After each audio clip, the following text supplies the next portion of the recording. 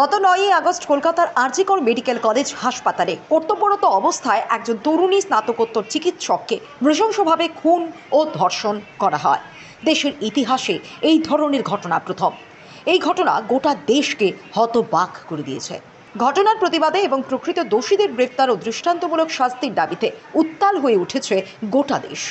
এই নৃশংস ঘটনায় প্রতিবাদের ঝড় উঠেছে বিদেশেও। ঘটনার পর থেকেই আন্দোলনে সামিল হয়েছে দেশের চিকিৎসক মহল, স্বাস্থ্যকর্মীরা এবং ডাক্তারি পড়ুয়া ছাত্রছাত্রীরা। তারই অঙ্গ হিসেবে 17ই আগস্ট দেশ জুড়ে কর্মবিরতি পালন করছে ইন্ডিয়ান মেডিকেল অ্যাসোসিয়েশন, যার প্রভাব পড়েছে সারা দেশের চিকিৎসা ক্ষেত্রে। আগরতলা গভর্নমেন্ট মেডিকেল কলেজ ও জিবি হাসপাতালের চিকিৎসক এবং ডাক্তারি পড়ুয়া ছাত্রছাত্রীরা এই আন্দোলন কর্মসূচিতে সামিল হয়, জানালেন জিবি হাসপাতালের সুপার ডক্টর শঙ্কর চক্রবর্তী। এই ঘটনার জন্য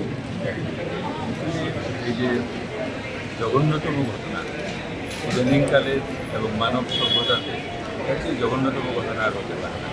আর যেটা বলছেন আইএমএ অবশেষে কথা নামলো, ব্যাপারটা সেরকম নয়। যেদিন 8 তারিখ রাত বা 9 তারিখ সকাল যে ঘটনাটা ঘটেছে তার সাথে সাথেই আইএমএ নজর রেখেছে। আইএমএ ঘটনার প্রতি সময়ে সময়ে আমাদের কাছে অ্যাডভাইজারি দিয়েছে কী করা না করা স্টেট রাজনীতির প্রতি। বড় আকারে যে বিক্ষোভ সেটা আজকে হচ্ছে, আজকেই আমরা কাজকর্ম বন্ধ করে দিয়েছি। এটা একটা ইমার্জেন্সি সার্ভিস, সঙ্গে সঙ্গে বন্ধ করা যায় না। মানুষের যে সমস্যাগুলি সেগুলির প্রতিও আমরা গুরুত্ব সহকারে দেখি। সেজন্য এটা অবশেষে মোটেই নয়, এটা শুরুর দিন থেকেই আইএমএ এটার প্রতি সজাগ দৃষ্টি রেখেছে, নজর রেখেছে। আর এই ধরনের ঘটনার নিন্দার কোনো ভাষা নেই।